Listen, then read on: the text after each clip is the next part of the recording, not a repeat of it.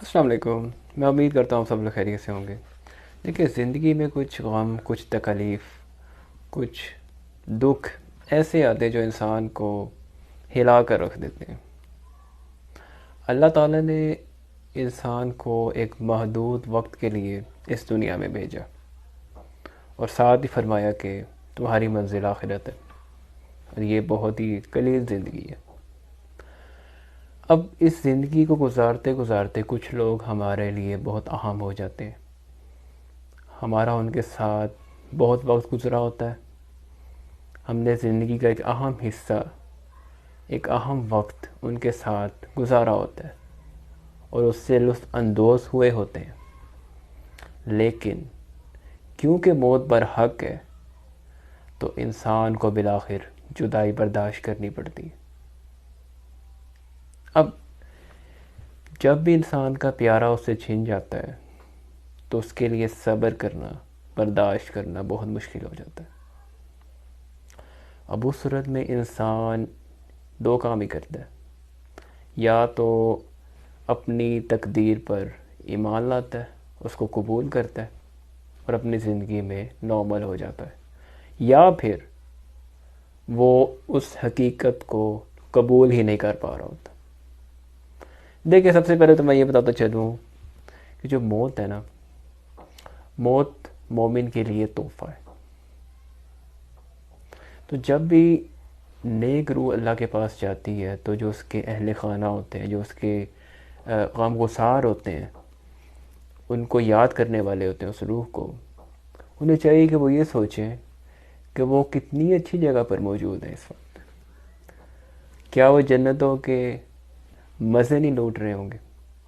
کیا وہ سکون میں نہیں ہوں گے، خوشی میں نہیں ہوں گے؟ کیا اللہ نے ان کا خاتمہ بھی ایمان پر نہیں کیا ہوگا، جو کہ ہر مسلمان کی خواہش ہے؟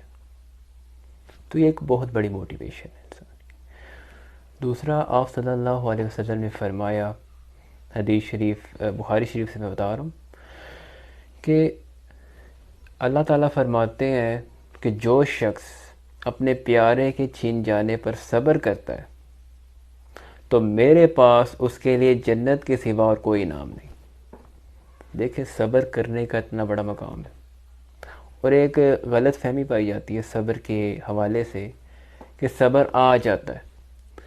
صبر اسی موقع پر، اسی صدمے پر، اسی غم پر اللہ کی رضا میں راضی رہنے کا نام ہے۔ یعنی کہ ساتھ ساتھ آپ اپنے پیارے سے جدا ہو رہے ہیں، اس کو اپنے ہاتھوں سے رخصت کر رہے ہیں، لیکن ساتھ ہی آپ اپنے دل و جان سے کہہ رہے ہیں، مالک تیری رضا میں راضی ہوں۔ اس کا نام صبر ہے، اور صبر کا مزہ ہی تب ہے جب اسی موقع پر کیا جائے، کیونکہ جب بھی ہم صبر کر جاتے ہیں تو اللہ تعالیٰ ہم سے خوش ہو جاتے ہیں، کیوں جاتی ہیں دکھ تکالیف یہ آتے رہتے ہیں، کیونکہ اگر انسان کی زندگی میں صرف سکون ہو تو انسان نہیں رہ سکے گا، انسان کی زندگی پروڈکٹیو نہیں رہے گی۔ اسی طرح اگر صرف خوشیاں ہوں تب بھی۔ اسی طرح ایک اور بات میں بتاتا چلوں آپ کو، کہ جب بھی آپ کو تکلیف پہنچتی ہے نا، جب آپ کو کہ اپنا چھین جاتا ہے، کیونکہ اس سے بڑی تکلیف دنیا میں کوئی ہے نہیں، تو اس تکلیف کے بعد اللہ، آپ صلی اللہ علیہ وسلم فرماتے ہیں کہ مومن کو تکلیف نہیں پہنچتی یہاں تک کہ کانٹا یوں نہ چبھے، کیونکہ اس کانٹا چبھنے سے بھی اس کے گناہ معاف ہو جاتے ہیں۔ تو اللہ تعالیٰ نے تو انسان کو بخشنے کے یہ طریقے بتائے ہیں کہ انسان صبر کرے۔ صبر کا مطلب ہوتا ہے کہ ہم نے ان حالات پر قابو پا لیے، ہمیں امید ہے کہ اللہ تعالیٰ ہمارے ساتھ اچھائی والا معاملہ فرمائیں گے، اور اس روح کے ساتھ بھی جو پرواز کر چکی ہے۔ دیکھیں، تکالیف آنی آنی، اس میں کوئی شک نہیں ہے، لیکن انسان صرف صبر کر سکتا ہے، کیونکہ صبر ہی کو اللہ تعالیٰ نے بہت بار ترغیب دیا اس کی کہ انسان صبر کرے، اور صبر کرنا بہت مشکل کام ہے، اس میں کوئی شک نہیں ہے، لیکن ہمیں صبر کرنا پڑتا ہے، کیونکہ واصف صاحب فرماتے ہیں نا کہ جب آپ نے کسی کو اپنی موت کا غم دے کر جانا ہے تو کیوں نہ آپ ان کو مرنے سے پہلے کوئی خوشی دے جائیں، کیونکہ مرنا تو آپ نے بھی ہے، ہم سب نے مرنا ہے، کیونکہ ہم سب فانی ہیں۔ تو کیوں ہم ایک اپنے پیارے کے چھن جانے پر غم کریں، حالانکہ ہم نے خود بھی اس دنیا سے رخصت ہو جانا ہے اور ہمیں بھی کوئی یاد کرنے والا ہوگا، ہمارے لیے بھی کوئی رونے والا ہوگا۔ تو کیوں نہ اپنی زندگی کو پروڈکٹیو بنایا جائے، کیوں نہ نیک اعمال کیے جائیں تاکہ اس کا اجر اس روح تک بھی پہنچے جو کہ آپ کو بہت محبوب ہے، اس کے لیے دعا کی جائے، کیونکہ جانے والے کے لیے آنسو نہیں بہایا کرتے، بس یہ دیکھیں کہ اس کو آپ سے اب کیا چاہیے اور آپ اس کے لیے کیا کر سکتے ہیں۔ یہ سب سے بڑی موٹیویشن ہے انسان کی، اپنی زندگی میں آگے بڑھنے کی، کہ اگر آپ کو شخص سے محبت ہے تو آنسو مت بہائیں، اس کے لیے ہر اچھے سے اچھا عمل کرتے جائیں، اور یہ اس بات کو مائنڈ میں رکھیں کہ اختتام آپ کا بھی وہیں ہے، منزل آپ کی بھی وہیں ہے، ایک دن آپ نے وہیں جانا ہے جہاں وہ ہے۔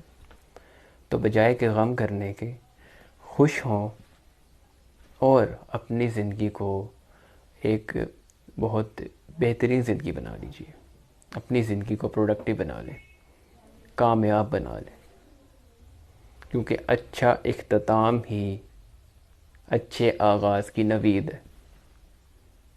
تو آج ہی کوشش کیجئے گا کہ اپنے سارے غم بھلا کر اپنی زندگی میں آگے بڑھنے کی کوشش کیجئے گا۔